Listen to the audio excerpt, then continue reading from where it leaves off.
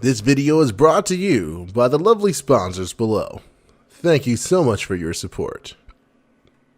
Welcome, fellow masters. My name is Musaki from Chaldea Gurus, and this is another episode of The Drawing Board. With the overall prevalence of the term Scotty looping in the FGO community, we wanted to shed some light on this mechanic. To do so, this will be the first part where we'll talk about the general mechanic of Noble Phantasm generation. This will set the groundwork for the next video, where we'll go in depth about MP looping. With that out of the way, let's jump into it. Noble Phantasm gauge per hit is calculated as seen on screen. It's a bit of a long one, so let's break it down one variable at a time. Offensive MP rate refers to a hidden value each individual servant has.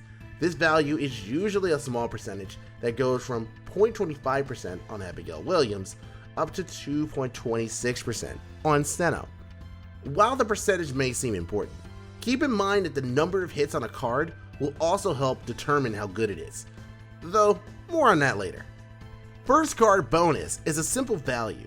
It's set to 1 if the first card is an arts card, and 0 otherwise. If the first card is a Noble Phantasm, then it's always 0. Card MP value refers to the amount of Noble Phantasm charge a certain card type grants. Arts cards are worth 3, quick and extra cards are worth 1, and buster cards are worth 0. To that, you also multiply a value for their position in the card selection. 1 if it's the first card, an extra card, or a Noble Phantasm. 1.5 if it's the second card, and 2 if it's the third. Card mod refers to any performance buffs given. Arts, quick, and buster ups modify this value according to the card that was currently selected. Enemy server mod refers to a hidden value that is linked to the target you hit. For example, when hunting a berserker, their value is at 0.8, while a caster is at 1.2. The special enemy row seems to refer to the undead types, but this has yet to be confirmed. MP charge rate mods refers to the buffs or debuffs that affect MP charge rate.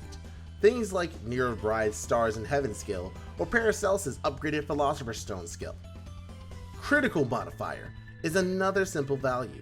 If that attack is a crit, then it has a value of 2. If not, then it's 1. And finally, the overkill modifier. It's the same as the critical modifier, but for whenever the attack is overkilling the enemy.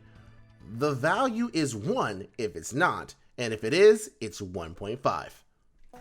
As you can see, unlike damage calculation, you can accurately predict the exact amount of Noble Phantasm you can get on each hit, not each attack, each hit.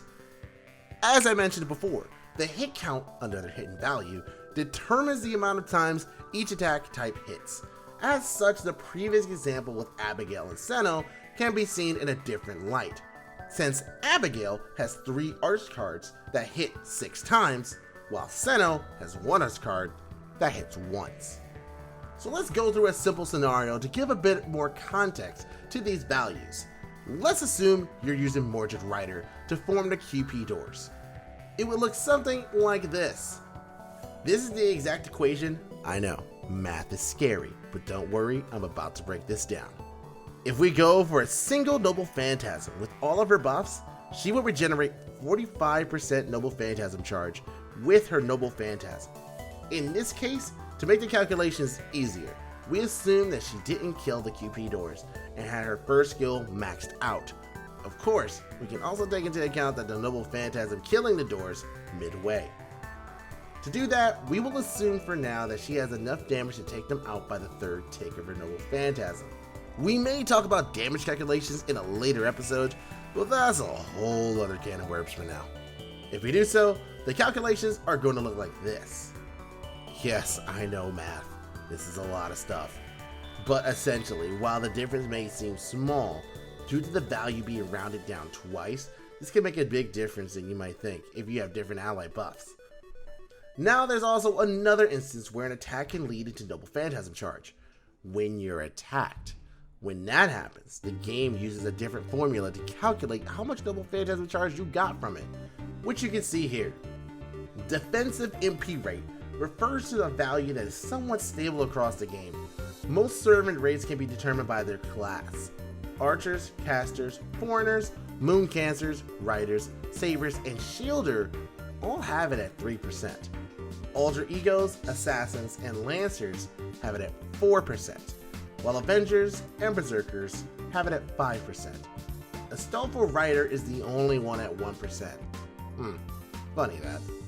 The last unknown value is defensive charge rate modifier, which refers to MP charge modifiers that only apply to defense.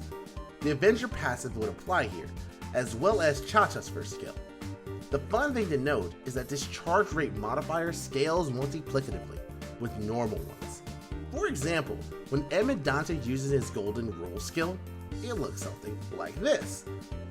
For this, we'll assume he's taking damage from a neutral source, so a Knight class enemy. As we can see here, he will gain 9% per hit taken, and this works whether he actually takes damage or not. Therefore, even with an evade or invul, they'll still gain the Noble Phantasm charge. Again, this is per hit, which is why an enemy Gilgamesh or Tristan may have more difficulty against Lancer Leonidas. But that's for another video. That will conclude this episode of The Drawing Board, where we have gone over Noble Phantasm gain. The next episode, we will be going over looping. That includes the Scotty looping and other looping types if you're interested.